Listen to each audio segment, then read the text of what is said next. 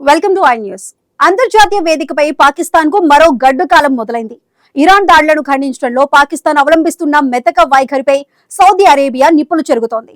Saudi Arabia, Pakistan మధ్య రక్షణ ఒప్పందాలు ఉన్నప్పటికీ ఇరాన్ చేస్తున్న దురాగతాలపై పాక్ మౌనంగా ఉండటాన్ని సౌదీ రాయబారి తీవ్రంగా తప్పుబట్టారు. ఇరాన్ పై దౌత్యపరమైన ఒత్తిడి పెంచాలని ప్రపంచ దేశాలను కోరుతూనే పాకిస్తాన్ ను నేరుగా టార్గెట్ చేశారు. అసలు సౌదీ రాయబారి చేసిన సంచలన వ్యాఖ్యలేంటి? పాకిస్తాన్ ఎందుకు ఇరుకున పడింది?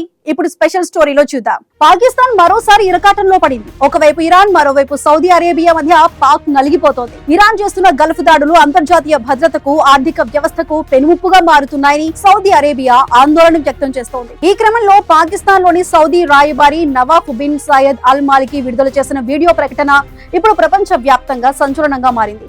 ఇరాన్ చేస్తున్న దాడులను బహిరంగ దురాక్రమణగా అభివర్ణించిన ఆయన అంతర్జాతీయ చట్టాలను, ఐక్యరాజ్య సమితి నిబంధనలను ఇరాన్ తొంగలో తొక్కుతోందని మండిపడ్డారు.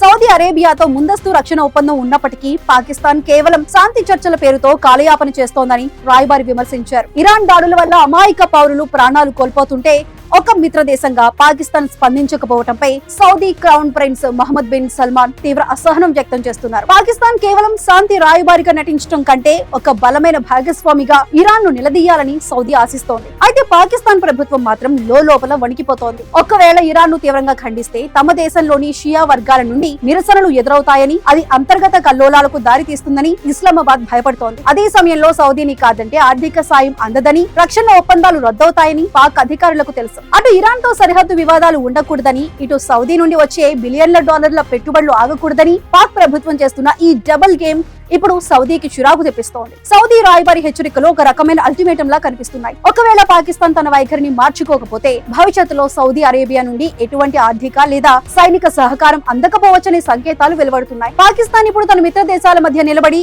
ఏ వైపు మొగ్గు చూపుతుందో అన్నది ఇప్పుడు ప్రపంచ దేశాలు ఆసక్తిగా గమనిస్తున్నాయి.